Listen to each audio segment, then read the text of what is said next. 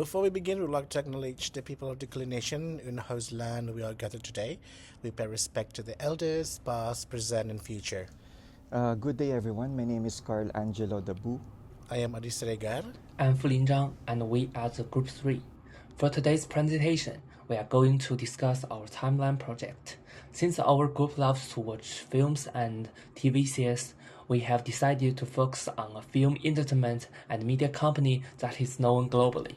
For this assessment, we assigned the unit concepts to each group member to conduct independent research related to our chosen media company. So each one of us wrote at least 3 stories for the timeline. Then we equally divided the remaining task based on our expertise. So I did the proofreading for the timelines and the script writing for the video. Adi, on the other hand, worked on the video editing, and Fulin took charge of the website design at Wix.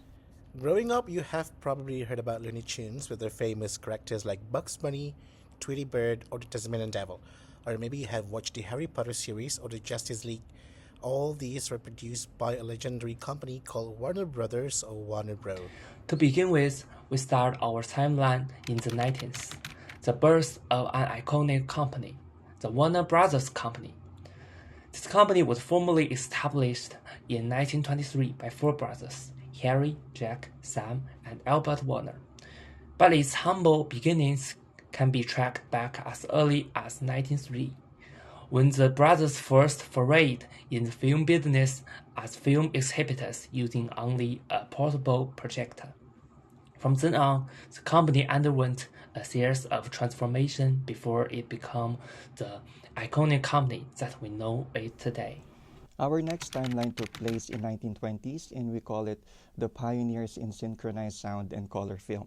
So Warner Brothers acquired Vitaphone as sound-on-disc system from the Western Electric in 1925. This early form of vertical integration allowed Warner Brothers to control another aspect of production, specifically the sound recording and playback process. In 1929, it also partnered with Technicolor to produce colored films. These acquisitions and collaborations led to the release of the first feature film with sound called The Jazzed Singer and the first feature film with sound and color called On My Snow. These developments marked the departure from the silent and black and white films, and the Warner Brothers was at the forefront of this significant change. Our next milestone is 3 decades after 1950s, entering the television game. The rise of television was seen as a threat to cinema, but Warner Brothers adapted by establishing its own TV production company. The launch of the company's TV series Cheyenne in 1955 set the stage for Hollywood's domination of television. This bolstered American culture imperialism in global media after World War II. Our next development is between the 1990s and 2000s. We call it the height of NMAs. Throughout its history, Warner Brothers has undergone numerous mergers and acquisitions. The most significant ones include: in 1990, Warner Communications, the parent company of Warner Brothers, merged with Time Incorporated, a publishing powerhouse, to form the Time Warner Incorporated. This marked the consolidation of print, film, and broadcast under one roof, allowing control of content creation and distribution channels by one media conglomerate.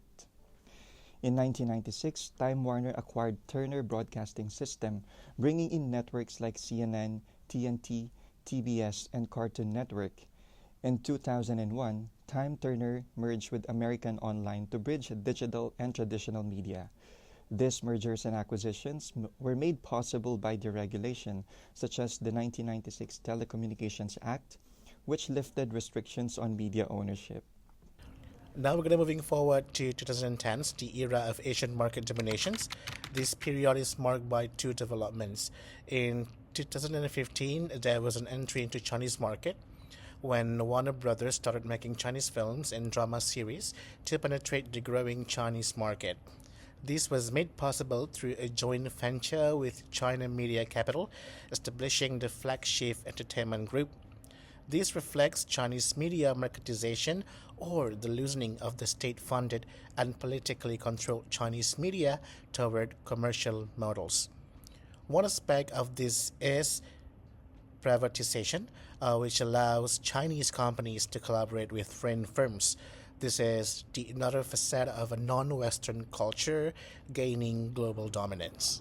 Also, under the 2010s period 2016, cruising along the Korean wave, the Warner Brothers acquired Drama Fever, a Korean TV streaming service that supplied content from three of South Korea's biggest broadcasting networks. This acquisition challenges the old thesis of cultural imperialism, showing that the other cultures can dominate global media.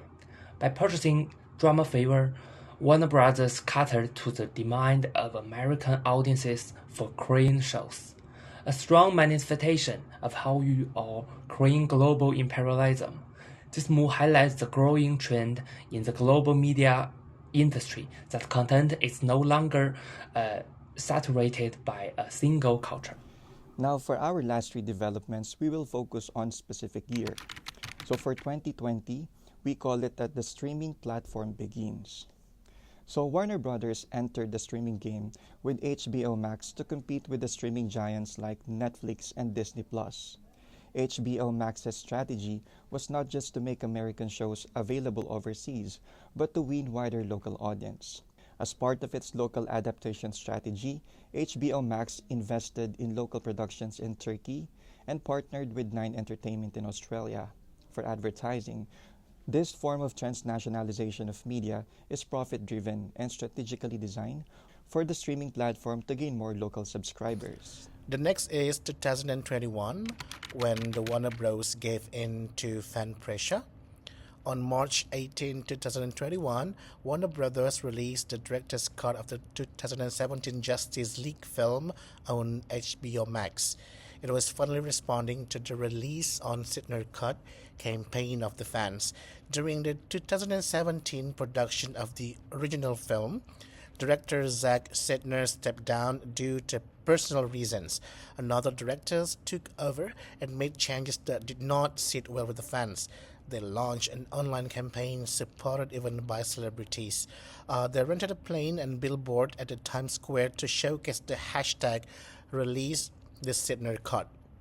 This led to Warner Brothers to eventually give in to fan demands. It shows how media fandom actively participate in shaping what we see in the media. And the last one is 2025, the fall of a conglomerate. Media conglomerate Warner Brothers Discovery, the parent company of Warner Brothers, announced in June 2025 that it would split into two companies. The first is the streaming and studio company, and the second is Global Networks. The separation was due to the declining performance of its television arm and to save its streaming service from debt. This strategic move aims to make both companies attractive for future mergers and acquisitions. This kind of spin-off has been a trend among media conglomerates, intended to save business and increase profits.